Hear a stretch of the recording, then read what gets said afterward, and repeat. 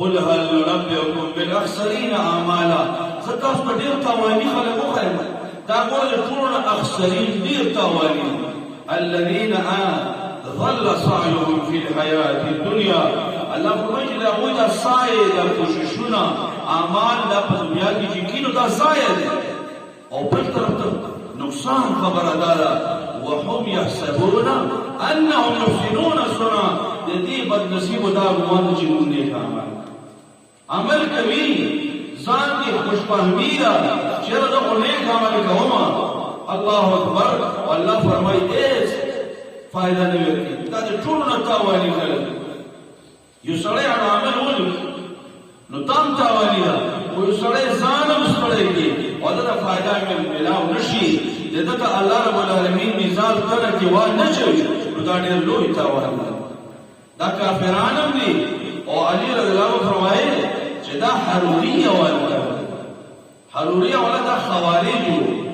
بدعتيان مبتدعين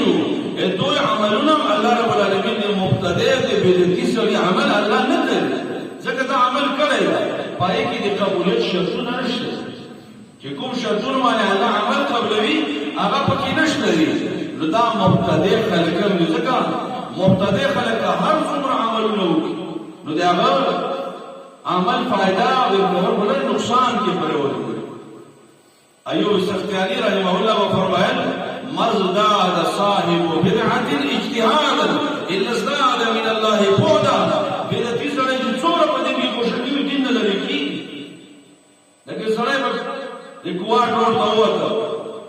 او ګاډي مخه چې د کراچۍ طرف او د اراده چې په خاور ته نو چې دې څومره ځاس سپیډ وای نو په خاور ته ډېر لري کی دا څه دې بدعتي مثال چې دې کوشش ډېر کوي چې څومره ډېر کوشش کوي عمر په الله دې نه ډېر لري کی خوش نصیب هغه خلک دي چې دې الله په دین باندې عمل کوي چې الله په قران دې محمد رسول الله په فرمایلو باندې عمل کوي دا خلکو ته الله اعمال کوي دا خلکو ته الله تلې درنوي دا ورسره ذکر شي ان شاء الله چې دا یو لوی سبب ده اتباع السنه